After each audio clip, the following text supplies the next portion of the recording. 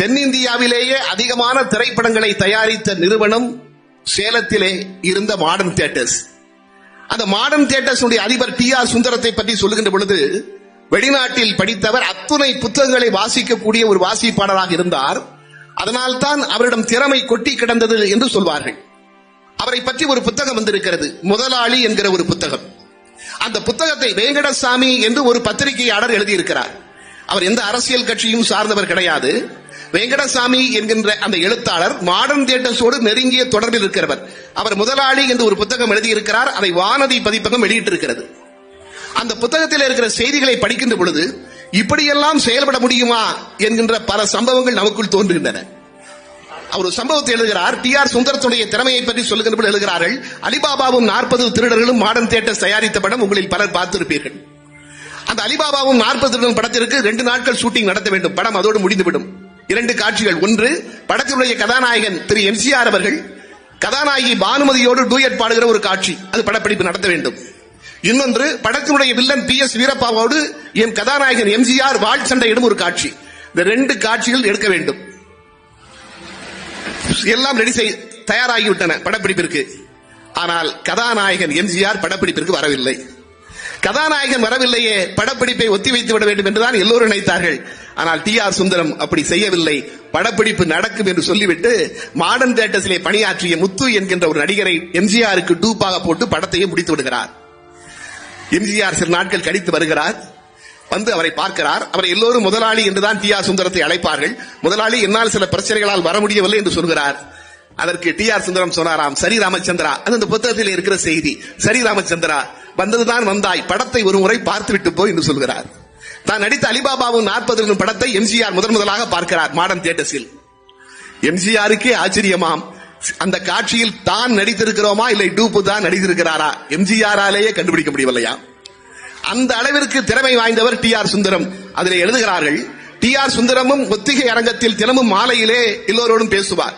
இன்று என்று படப்பிடிப்பு நடந்தது, என்னென்ன பிரச்சனைகள், நாளை என்னென்ன படப்பிடிப்பு நடத்த வேண்டும். அப்படி பேசுகின்ற பொழுது அவர் எதிரில் நின்று எல்லோரும் பேச வேண்டும். சுந்தரம் மட்டும்தான் நாற்காலியில் அமர்ந்திருப்பார். அவர் எதிரில் யார் வந்தாலும் நின்று கொண்டுதான் பேச வேண்டும். அந்த புத்தகத்தில் எழுதுகிறார்கள், ஆனால் ஒரே ஒரு இளைஞருக்கு மட்டும்தான் விதிவிலக்கு. அவர் T.R. சுந்தரத்தை விட வயதானவர்கள், அவர் இளைஞர்.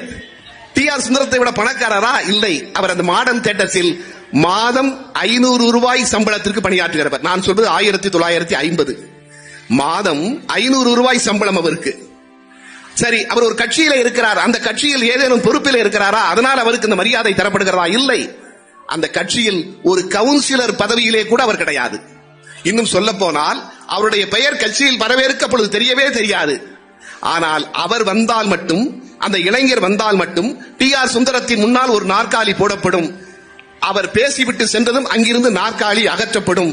அந்த இளைஞர் 25 வயது. அந்த இளைஞரின் பெயர் மு. கருணாநிதி என்று அதில் பதிவு செய்கிறார். இங்கே நினைத்து பாருங்கள், அவருக்கு கொடுக்கப்பட்ட மரியாதை. முத்தமிழறிஞர் கலைஞர் நெஞ்சுக்கு நீதியில் எழுதுவார், மாடர்ன் தியேட்டர்ஸ் T.R. சுந்தரத்தின் முன்னால் யாருக்கும் நாற்காலி கிடைக்காது, 2 பேருக்கு கிடைக்கும் என்று கலைஞர் பதிவு செய்திருப்பார்.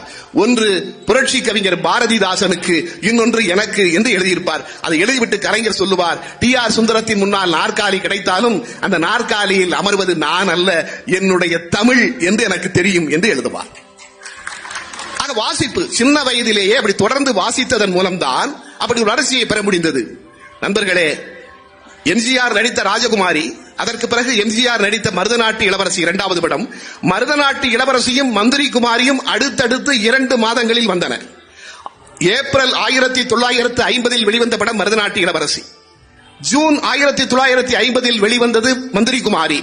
இந்த 2 படத்திற்கும் கதை வசனம் கலைஞர். 2 படங்களும் மகத்தான வெற்றி பெற்றன. இனி கலைஞரை மாடர்ன் தியேட்டர்ஸில் வைத்துக் கொள்ள வேண்டும் என்று T.R. சுந்தரம் நினைக்கிறார். அப்பொழுது வந்த கலைவாணர் NS கிருஷ்ணன், நான் மணமகள் என்று ஒரு படம் எடுக்கிறேன், அது நீங்கள் தான் வசனம் எழுத வேண்டும் என்று சொல்லி கலைஞருக்கு சம்பளம் 10,000 ரூபாய் 1950 சொல்கிறார். சொல்லிவிட்டு கலைவாணர் சொல்கிறார், நீங்கள் ஏன் சேலத்திலே இருக்க வேண்டும், சென்னைக்கு வந்து விடலாமே என்கிறார். இல்லை, எனக்கு சேலத்தில் இருப்பது சௌரியமாக இருக்கிறது. இல்லை, நீங்கள் சென்னை வாருங்கள் என்று சொன்னவுடன் கலைஞர் சிந்திக்கிறார். சென்னை செல்லலாம் என்று முடிவெடுக்கிறார். T.R. சுந்தரத்திடம் சொல்கிறார். அப்பொழுது மாடர்ன் தியேட்டர்ஸில் இருந்த காமு ஷெரீப், மருதகாசி எல்லோரும் சொல்கிறார்கள், கலைஞரை நீங்கள் சேலத்தை விட்டு போக வேண்டாம், மாடர்ன் தியேட்டர்ஸிலே இருங்கள் என்று சொல்கிறார். இல்லை, நான் சென்னை சென்றால்தான் சரியாக இருக்கும் என்று கலைஞர் முடிவெடுக்கிறார். ஒரு மனிதன் அவ்வப்பொழுது எடுக்கும் முடிவுகள் தான் அவன் வாழ்க்கையை மாற்றி அமைத்து விடுகின்றன என்பதை இப்படிப்பட்ட புத்தகங்கள் நமக்கு கற்றுத் தருகின்றன. கலைஞர் முடிவெடுத்து விடுகிறார். டி.ஆர். சுந்தரத்திடம் சொல்கிறார், நான் சென்னை செல்கிறேன் என்று. அதிர்ந்து விட்டார் டி.ஆர். சுந்தரம்.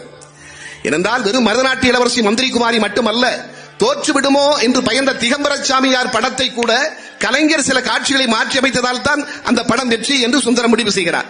ஆக கலைஞரை விடக்கூடாது என்று சொல்லிவிட்டு கலைஞரிடம் கேட்டார், நான் இப்பொழுது உங்களுக்கு எவ்வளவு சம்பளம் தருகிறேன்? நீங்கள் மாதம் 500 ரூபாய் சம்பளம் தருகிறீர்கள். சரி, நீங்கள் மட்டும் மாடர்ன் தியேட்டர்ஸில் தொடர்ந்து பணியாற்றினால் உங்களுக்கு நான் 5000 ரூபாய் சம்பளம் தருவேன் இனிமேல். டி.ஆர். சுந்தரம் சொல்கிறார். நினைத்து பாருங்கள், 5000 ரூபாய் என்றால் 1950 ஒரு பவுன் விலை 80 ரூபாய். மாதம் 60 பவுன் வாங்கலாம். 60 பவுன் என்றால் இன்றைய மதிப்பு கிட்டத்தட்ட 30 லட்சம் ரூபாய். மாதம் 30 லட்சம் ரூபாய் சம்பளம் தருகிறேன், நீங்கள் மாடர்ன் தியேட்டர்ஸை விட்டு போகாதீர்கள் என்று டி.ஆர். சுந்தரம் சொன்ன பொழுது, இல்லை இல்லை, என்னுடைய இயக்கத்திற்காகவும் என்னுடைய எதிர்கால பணிகளுக்காகவும் நான் சென்னை செல்வதுதான் சரியாக இருக்கும், பணம் தேவையில்லை, எனக்கு கொள்கைதான் தேவை என்று சொல்லிக்கொண்டு அங்கிருந்து புறப்படுகிறார் கலைஞர். இது கற்பனை அல்ல. நான் எந்த அரசியல் கட்சியும் சார்ந்தவன் இல்லை.